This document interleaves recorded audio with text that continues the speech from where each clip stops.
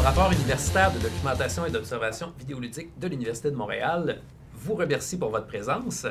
Aujourd'hui, on est très heureux d'accueillir Yann Pépin, président d'Artifice Studio, maître d'œuvre derrière Sang-Froid Tales of Werewolves, un jeu d'action-stratégie sorti en 2013 sur la plateforme Steam, basé sur le folklore québécois et canadien-français, notamment les mythes de loup-garou et du diable, des classiques du terroir fantastique québécois. Bienvenue à l'Université de Montréal. Aujourd'hui, on va pouvoir t'entendre parler un peu de ton projet. J'ai déjà entendu une conférence de Louis-Félix Cauchon, qui était cofondateur d'Artifice, si je ne me trompe pas, et était game designer sur Sang-Froid. Il avait parlé des choix, de la démarche de design et tout ça, mais il n'avait pas tellement parlé du contexte dans lequel le jeu avait été produit, au niveau des finances, des ressources humaines, du temps de développement, tout l'aspect logistique. Peux-tu nous parler un peu de ça? Ou? Oui, bien, évidemment, je peux peut-être pas tout dévoiler mon compte en banque, là, mais en fait, une des choses qu'il faut retenir, c'est que quand on a créé Sang-Froid, dans le fond, au départ, l'écosystème de financement des jeux vidéo était pas aussi développé que maintenant. Ça commençait avec le FMC, le Téléfilm Canada, donc le Fonds des médias du Canada. Il y avait des programmes qui s'ouvraient, le programme expérimental, donc, mais c'était pas les mêmes critères, parce que bon, ces programmes-là évoluent à chaque année. C'est rendu très bien, je trouve, là, en tout cas moi, pour avoir vu l'évolution de la compréhension. Si vous avez à soumettre des projets maintenant, je pense que c'est beaucoup plus respectueux. Il y a des gens qui connaissent ça beaucoup mieux qu'à notre époque. Mais nous, en fait, ça avait été très difficile parce qu'on avait travaillé à peu près 8 mois à nos frais, dans le fond. Et on avait monté une démo. Et puis, je me rappellerai très longtemps le bâillement de la personne à qui on avait présenté Sang-Froid à l'époque. Bref, on n'a pas eu de financement du tout. Naïveté aidant, nous, on croyait ça allait peut-être durer entre peut-être 6 mois, 1 an à temps partiel, faire Sang-Froid. Ça a pris 4 ans et demi à temps plein. Donc, au niveau des finances personnelles, ça a été très, très difficile. En fait, mon père a dû financer l'entièreté du projet. Mon père n'étant pas multimillionnaire, mais bon, quelqu'un qui avait un peu d'argent et qui était prêt à... C'est un entrepreneur. Puis, donc, il a voulu nous aider. Cela dit, vraiment, je ne conseille pas à personne de faire ça, de prendre autant de... En fait, un peu de love money pour commencer un projet, je pense que quand on est un studio indépendant, c'est super cool. La plupart ont besoin de ça, je pense.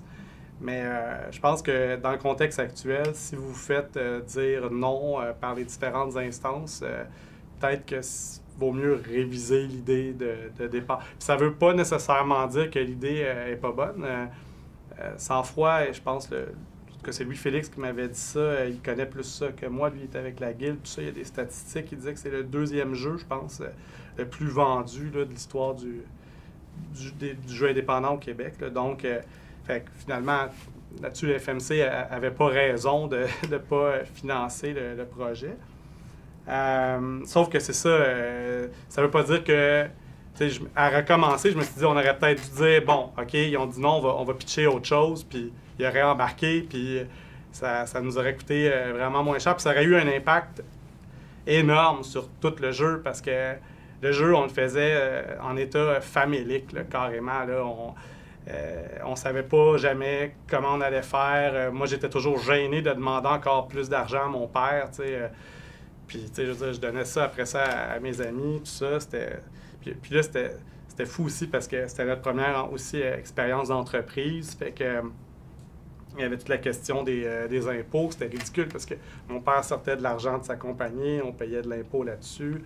Après ça, nous autres, on payait de l'impôt. En tout cas, bref, juste comme transférer l'argent, puis on restait dans le fond.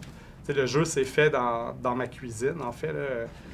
Ma blonde se levait le matin, puis elle avait comme 3 gars en train de pitonner à 8h30 sur la table de cuisine. Elle se tassait, elle prenait son bol de céréales entre les ordinateurs. des fois, ça créait tellement de chaleur, plusieurs ordi sur une petite table, là, c'était fou. Fait que c'est ça, ça s'est fait comme ça, envers et contre tous. Tu sais, à un moment donné, puis là, je vais peut-être pouvoir avoir la chance de parler d'autres problématiques de production, mais on a eu l'impression tout le long de la création du jeu, tu sais, qu'on nageait à contre-courant dans une rivière, puis que ça avait... il n'y avait aucune raison que ce jeu-là se fasse. Puis on a continué d'une manière complètement obstinée. Ça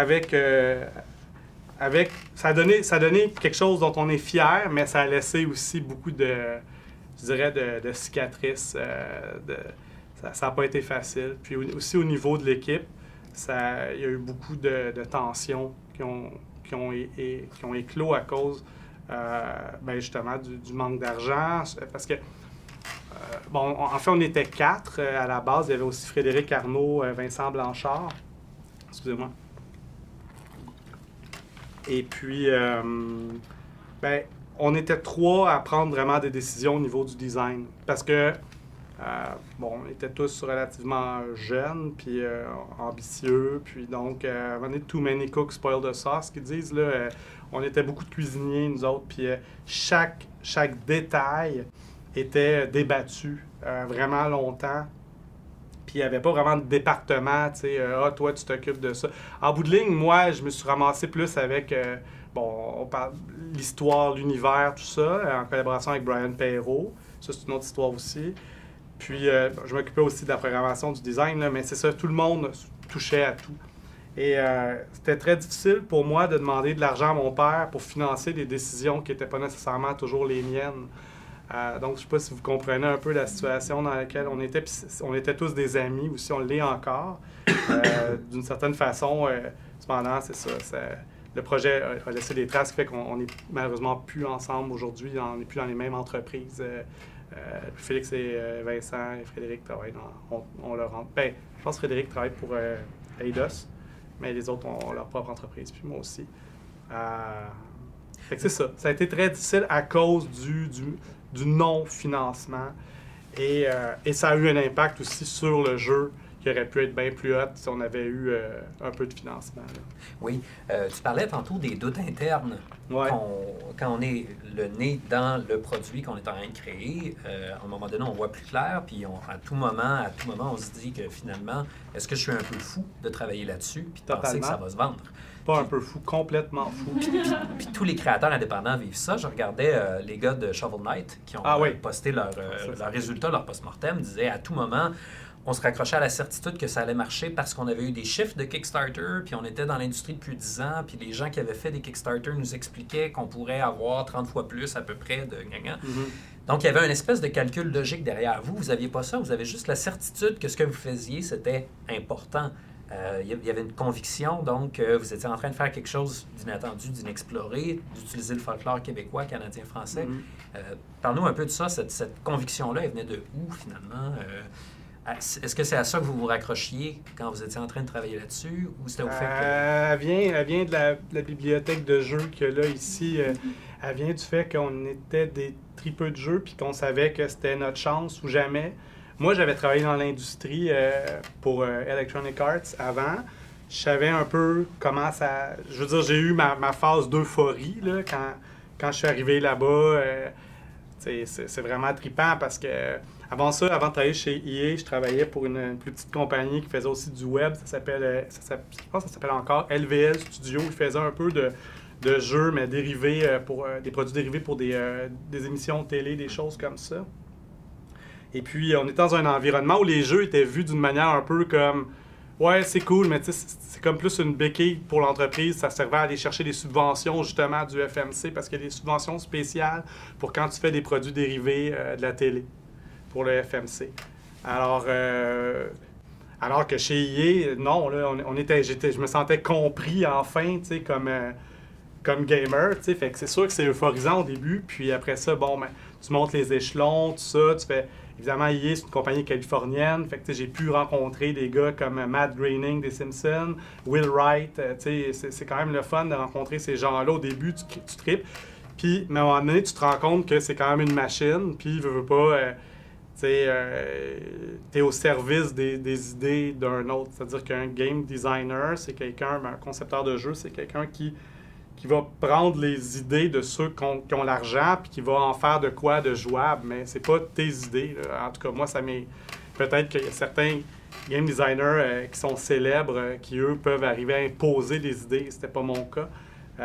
Moi, j'étais là pour prendre les idées des autres puis essayer de les rendre meilleures. Puis donc, j'avais la conviction qu'avec sang-froid, on allait pouvoir, justement, continuer de gagner notre vie en créant nos propres affaires pour retrouver l'excitation que j'avais, moi, quand j'ai joué, mettons, je dirais mon jeu préféré de tous les temps, c'est Ultima Underworld. Mais, tu sais, je veux dire, pour moi, cette fascination-là, tu sais, c'était quelque chose que je voulais pouvoir retrouver à chacun de mes projets. C'était pas quelque chose qui était garanti chez EA ou, mettons, Ubisoft. Alors que là, je le voyais. Mais en même temps, après ça, bon, pour la rentabilité, non. En fait, on avait beaucoup l'espoir de se faire choisir par Steam parce qu'on trouvait que au niveau conceptuel, notre jeu était intéressant, il était innovateur, puis qu'à l'époque, Steam fonctionnait encore avec un comité éditorial. Donc, je ne sais pas si vous connaissez la plateforme Steam un peu, là, mais aujourd'hui, ça marche comme n'importe quel App Store de ce monde, là, c'est-à-dire qu'il donne un minimum de visibilité au début, quelques heures sur la première page. Puis ensuite, ça, si les gens cliquent sur ta bannière puis qu'ils achètent le jeu, plus ils achètent, plus après ça, ils vont te donner de la visibilité. Ce qui fait qu'il y a un cercle vicieux qui se crée que si au début, les premières heures, tu n'as pas de visibilité, ben ça va être très difficile de remonter la côte après parce que, en fait, c'est ta découvrabilité qui n'est pas là. Mais avant, donc, jusqu'au mois avant la sortie de Sang-Froid, Steam fonctionnait avec un comité éditorial où c'était des tripeux de jeux comme nous, ben j'ose imaginer qu'on est tous des tripeux de jeux, qui prenaient les décisions, puis qui pouvaient des fois aller à l'encontre de certaines tendances. Eux autres, ils avaient vu un jeu original, un peu flyé, ben ils pouvaient dire, ben oui, on le prend, puis on va le mettre sur la première page. Et puis, donc, on comptait beaucoup là-dessus, nous autres, pour justement arriver à se faire découvrir, puis après ça, réussir à vendre. Malheureusement, au moment où on est arrivé pour sortir le jeu, on a envoyé notre jeu après 4 ans de travail à Steam. Et puis, ils nous ont dit, ben là, désolé, en fait, c'est pas encore annoncé, mais ce mois-ci, on a pris une grande décision, et puis on sort un nouveau programme qui s'appelle Steam Greenlight. Fait que moi, ça m'avait vraiment fait chier à l'époque parce que je me disais, là, c'est comme une sorte de Star Academy finalement du jeu vidéo où là, il va falloir aller chercher des votes. Puis je me dis, on n'a pas travaillé comme 4 ans de temps, tu sais, pour ça. C'est tout notre plan qui était d'impressionner au niveau conceptuel. Les décideurs de Steam étaient complètement... Puis je me disais... En plus, on a décidé de faire un jeu quand même avec une thématique régionale, c'est-à-dire le Québec. Alors, comment est-ce que les Américains vont voir ça, vont s'intéresser? Alors, on avait bien peur. Puis finalement, en bout de ligne, ça a été ce qui nous a sauvés. Parce que probablement que le comité éditorial de Steam n'en aurait rien eu à foutre de notre jeu, finalement. Mais en tout cas, une chose qui est certaine, c'est que... vu que Greenlight commençait, Steam faisait de la promotion à travers la planète pour ce nouveau programme-là. Puis on était dans les 5 premiers jeux sur Greenlight. Donc, tout le monde était comme intéressé de voir qu'est-ce que ça allait apporter, ce changement-là de sélection de jeux pour Steam. Et puis, quand on s'intéressait à Greenlight, ben, forcément, on voyait Sang-Froid. Et bon, voilà, donc ça nous a donné vraiment une découvrabilité qui était impensable. Ça a été comme notre petit Kickstarter à nous, je dirais. Là, Puis, ouais, c'est ça. Nous, en même temps, il y avait des élèves de Louis-Félix puis de Vincent qui avaient parti d'une compagnie qui s'appelle Sauropod. Puis, ils avaient fait un jeu Castle Story qui avait eu une campagne Kickstarter énorme. Là, il avait, je pense, remporté 1 million de dollars. Puis, tu sais, nous, c'était ça. D'un côté, justement, mon ex-patron de EA, lui, avait fondé sa boîte aussi, Minority. Donc, c'est Vander Caballero, pour qui je travaillais chez EA. Avant de devenir concepteur en chef, j'étais concepteur dans l'équipe de prototypage chez Electronic Arts, sous Vander. Vander a démissionné un peu avant moi de EA, il a fondé Minority. Lui, il a reçu du financement du FMC. À côté, c'est ça, les élèves de mes associés, eux, venaient d'empocher le million sur Kickstarter. Bon, après ça, ça a été tout un parcours pour eux. Là. Je ne sais pas si j'ai la chance de les interroger, mais en tout cas, eux, ça a été c'est quelque chose qu'ils ont vécu avec Castle Story. Mais donc, nous, on sentait qu'il n'y avait rien de ça. T'sais, nous, c'était du love money de mon papa. C'était pas super glorieux. Fait que c'est ça. Mais heureusement, il y a eu cette chance-là à la fin qu'on pensait comme étant le clou dans notre cercueil. Finalement, ça a été notre chance.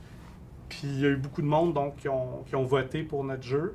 On s'est rendu compte que les légendes québécoises pouvaient avoir des liens avec des légendes d'autres pays nordiques. La Pologne, la Russie, l'Allemagne, entre autres le Wendigo, je pense, en Pologne. Là, c'est la grosse affaire. Fait que, bref, on a trouvé ça drôle. Puis c'est ça. Puis aussi, je pense que, tu sais, aux États-Unis, le mythe du bûcheron aussi, c'est quelque chose qui est fort là aussi. Là. Ils se voient eux aussi un peu comme des bûcherons, peut-être. Donc, ce côté-là, un peu le gros gars barbare avec la barbe, c'est une image qui parle aux Américains aussi. Fait que, donc, oui, finalement, ça. Quoique, au tout début, les premières critiques étaient moins positives. Ça, c'est un peu étrange aussi. Je pense que les gens ne savaient pas trop comment nous prendre. Puis, à un moment donné, ça s'est comme enflammé, tout ça. Puis, c'est devenu très positif. Fait que tant mieux. Je t'écoutais quand tu disais qu'il y avait un comité de sélection chez Steam, puis on travaillait notre concept en fonction d'impressionner un comité de savants ou de gens qui connaissent. On venait tous de l'université, on avait un côté quand même élitiste. Je te dirais que, tu sais, on faisait pas un jeu pour monsieur, madame, tout le monde. On faisait un jeu pour les gens pour qui jouer à un jeu, ça faisait partie du sens de leur vie, comme pour nous. Ouais. En fait, on faisait comme ben du monde un jeu pour nous. On s'écoutait uniquement nous. Pour des connaisseurs qui pourraient apprécier l'originalité. C'est ça qu'on pensait au départ. Tout à fait, mais je trouve qu'on le voit très bien dans Sang-Froid. Puis quand tu me dis ça, il me semble qu'il y a plein de choses qui reviennent en surface. Le fait qu'il y a beaucoup d'aspects de survie, que bon, il faut gérer les ennemis. En même temps, il faut gérer dans le temps comment nos structures, on va les protéger. Il faut rester prudent, il faut éloigner nos adversaires, il faut mettre des pièges, ainsi de suite, qui sont toutes des tropes, des figures, des mécaniques qu'on rencontrait déjà dans plusieurs jeux à l'époque, mais remises en scène à travers des nouveaux contextes, là, le folklore, les légendes québécois, les loups-garous et tout ça. Donc, il y a des liens de parenté avec d'autres régions, avec d'autres cultures, mais en même temps, il y avait là quelque chose d'original dans la familiarité, hein, une espèce de sweet spot là, ou de rencontre, si on veut, entre des faits qui viennent d'activités connues, traitées déjà dans les jeux, mais avec une nouvelle twist. Je pense entre autres aux mécaniques qu'on retrouve si on est chasseur, puis on est habitué à l'idée qu'il y a ton odeur, il faut que tu fasses attention à ton odeur, il y a le vent, il y a le bruit, tout ça, c'est tout intégré dans Sang-Froid, puis en même temps, tous les aspects surnaturels aussi qui arrivent avec les contes, les légendes et tout ça. D'où c'est venu ça dans le processus créatif, l'idée d'avoir un peu les deux? Il y avait quelque chose, en tout cas moi j'en avais déjà jasé avec Vincent Blanchard. On parlait de ça un peu ensemble, c'est le côté que, tu sais, au lieu de genre partir avec une idée, une mécanique de jeu claire, puis après ça, un peu comme faire une histoire un peu autour de ça pour donner de l'intérêt à la mécanique. Nous, on s'intéressait plus à l'univers. Pas seulement l'histoire comme telle, mais l'univers. On a pensé à un univers, puis après ça, on inventait toutes les mécaniques qu'il fallait pour simuler cet univers-là. Fait que ce que ça a fait un jeu qui est comme une courte pointe de mécaniques de jeu qui sont raboutées ensemble. dans notre univers, il faut placer des pièges. Bon, fait que là, placer des pièges, OK, on va le faire comme turn-based, ou en tout cas avec un mécanisme de point d'action. Fait que là, le temps s'écoule pas d'une manière continue. Après ça, bon, ben pour se battre, ah non, là, on veut de l'action, parce que dans les contes québécois, là, on parle, des fois, il y a des combats contre le loup-garou, tout ça, il y a de l'action. Fait que là, on veut ce côté-là. Fait que là, on a mélangé ça avec ça. Après ça, ouais, mais là, c'est important, les loups, comment ça fonctionne. On faisait des recherches, on regardait des documentaires sur les loups même, comment une meute de loups va s'attaquer, disons, à un chevreuil, tu sais. Puis là, on les voyait que, justement, tu sais, un combat là, entre un chevreuil et des loups, c'est pas genre le loup saute sur le chevreuil. Le chevreuil peut se défendre. Fait que comment ils vont fonctionner, souvent, c'est que ils vont se courir après, ils vont essouffler le chevreuil. Souvent, ils vont essayer de l'isoler de ses petits, puis de s'en prendre plus à ses petits. Ils vont le reculer. Le chevreuil, lui, va souvent aller, mettons, dans un étang, parce qu'il sait que dans l'eau... Ah non, mais c'est sûr, là, je suis désolé. Non, mais c'est... Donc, il sait que dans l'eau, il y a plus de chances, parce que lui, il est plus haut sur pattes que le loup, qu'il y a de l'eau jusque-là. Fait qu'il va aller dans l'eau avec son petit. Puis là, les loups vont tourner autour du chevreuil. Ça peut être très long. Puis c'est une game d'intimidation, finalement, tout ça, tu sais. Le chevreuil va aussi essayer d'intimider les loups avec des ruades. Il va faire, disons, des splouches dans l'eau, là, tu sais. Il va faire du bruit, tout ça. Fait que, tu sais, c'est pas aussi direct qu'on pourrait l'imaginer, là, mettons, dans un jeu de combat où ça se rentre dedans. Non, non. Fait que là, nous, on a vu ça, puis on disait, ça aussi, on veut des mécaniques pour ça. Fait que c'est ça qui a fait que, dans le fond, il y a autant... Oui, c'est des mécaniques qui existaient déjà, mais l'intérêt de Sang-Froid, ça a été que à cause de l'univers de jeu, puis là, c'est de distinguer l'idée de l'univers de l'histoire. Pour moi, dans un jeu vidéo, c'est l'univers qui doit primer. C'est vraiment comme ça que j'aborde la création d'un jeu. Il peut y avoir des histoires ou une histoire linéaire, là, ça, c'est une autre chose, mais l'univers, c'est très important. Et puis, en regardant l'univers qu'on avait le goût de faire, on a créé les mécaniques qu'il fallait pour que cet univers-là prenne vie. Et c'est assez risqué de faire ça. Parce que le problème, c'est que quand tu fais des mécaniques de jeu, faire une bonne mécanique de jeu, ça demande beaucoup de travail. Plus tu augmentes des mécaniques de jeu, c'est comme des maillons à ta chaîne. Tu es toujours juste aussi fort que le maillon le plus faible de ta chaîne. Fait que, tu sais, c'est sûr que, disons, les combats... surtout, on avait c'est peut-être quelque chose dont on va parler, là, notre engin de développement là, qui était un peu spécial. Là.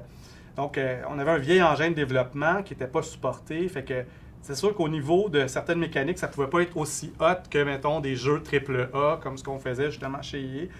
Puis aussi à cause de la quantité de mécaniques différentes qui comptent. À un moment donné, tu as des faiblesses. Puis les joueurs, ils vont critiquer sur tes points faibles. Et puis donc, nous, on s'exposait beaucoup en faisant ça. Bon, ça a l'air qu'en bout de ligne, on a quand même réussi à avoir un certain équilibre.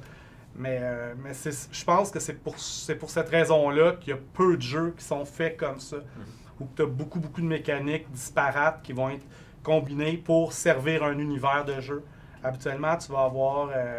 en tout cas, ils vont essayer... Tu peux avoir plusieurs types de mécaniques, mais ils vont vraiment essayer de montrer comme une mécanique principale, alors que nous, on était vraiment dispersés. Une autre raison de ça, de la quantité de mécaniques disparates, c'était que justement, encore là, on était 3 créateurs, puis on s'ostinait à tous les jours pendant des heures. Fait que souvent, au lieu de décider quelle idée on les faisait les 3. Fait que, donc, ça a donné ça. Après ça, j'ai compris un deuxième pendant à ta question, c'est le côté un peu cohabitation, coexistence d'un côté plus réaliste puis d'un côté plus surnaturel. Ça, ben, ça vient évidemment de l'inspiration de l'univers de jeu qui est les contes fantastiques québécois. Là. Ça a été le livre qu'on a lu au départ. C'est super cool. Il y a des histoires de... On parle de la bête à grand queue là-dedans, qui est le monstre de la fin. Donc ça, c'est Honoré Beaugrand la station de métro qui a fait ça. Louis Fréchette, le loup-garou. Donc ça, c'est sûr que ce qui est intéressant de ces histoires-là, c'est qu'on ne sait jamais où s'arrête le réel, puis où commence la fiction. Moi, j'ai toujours trouvé ça plus intéressant que des univers d'emblée très fantastiques, mettons à la Final Fantasy ou ces choses-là.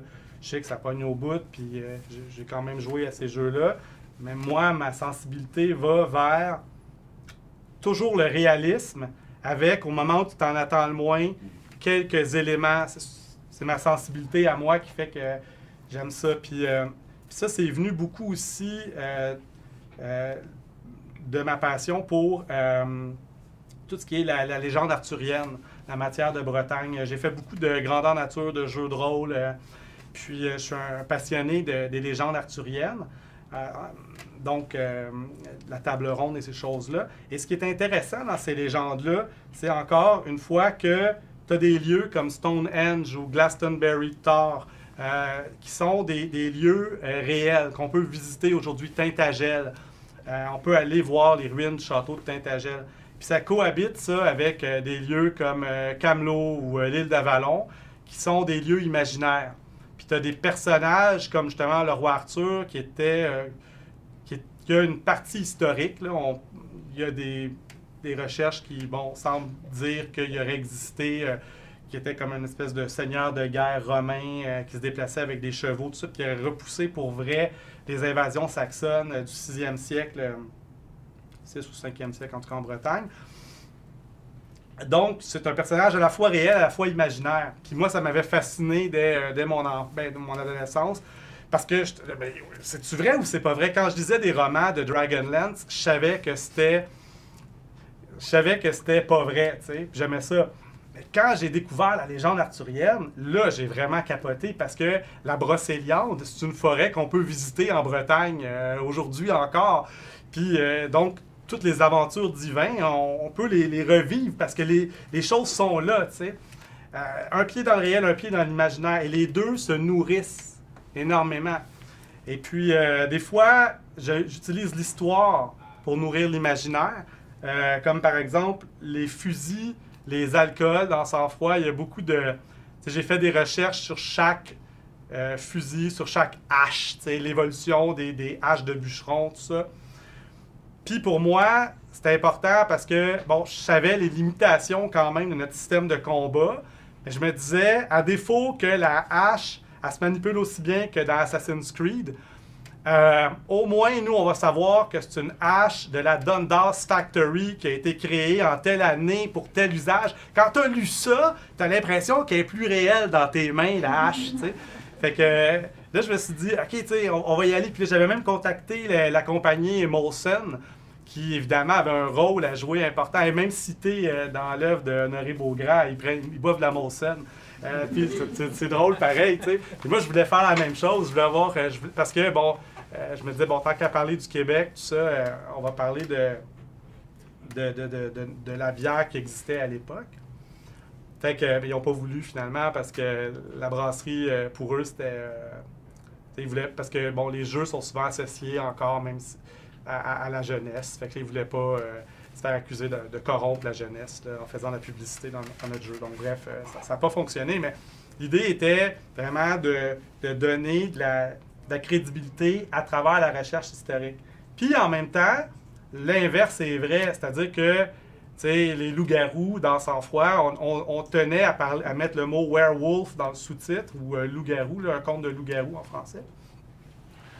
Parce qu'on savait que ce côté-là fantastique, c'est ce qui allait intéresser beaucoup les gens à l'international, tout ça, tu sais. Donc, on se sert aussi du fantastique.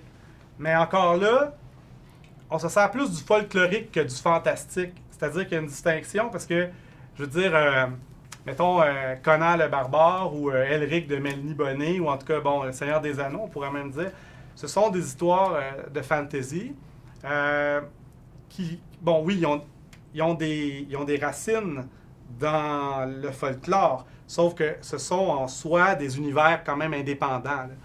Alors que je m'intéresse plus à des univers justement folkloriques parce que le folklore, c'est vraiment des légendes des histoires auxquelles les gens ont cru pour vrai, se sont racontées pour vrai. C'était pas vu comme une œuvre d'art à l'époque, c'était vu comme une mi-fiction, mi-réalité, à la limite proche de la Bible. Est-ce que la Bible, il faut le voir comme une histoire ou comme un fait vécu? On peut avoir... Même chose pour ces contes-là, puis c'est toujours raconté de façon...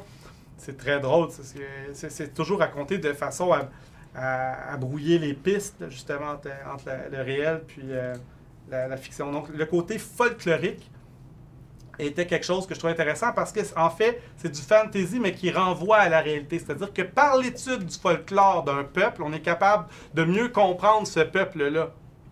Alors, c'est pas vide. Si on avait inventé un monde de loups-garous, ça n'en aurait pas dit sur le peuple québécois autant que là. Et nous, dans le fond, avec sang-froid, si ça a ému des gens, c'est pas tant par nos qualités de conteur, bien qu'on a eu quand même la chance d'avoir la participation de Brian Perrault, là, qui est un grand conteur, mais même à ça, c'est beaucoup parce qu'on est comme des nains juchés sur des épaules de géants, parce que il y a ces grands auteurs-là qui sont venus avant nous, puis des milliers de conteurs de villages, puis de quêteux qui racontaient des histoires, puis qui ont façonné notre imaginaire. Même si on ne les connaît pas, les histoires, on est les produits de ces histoires-là.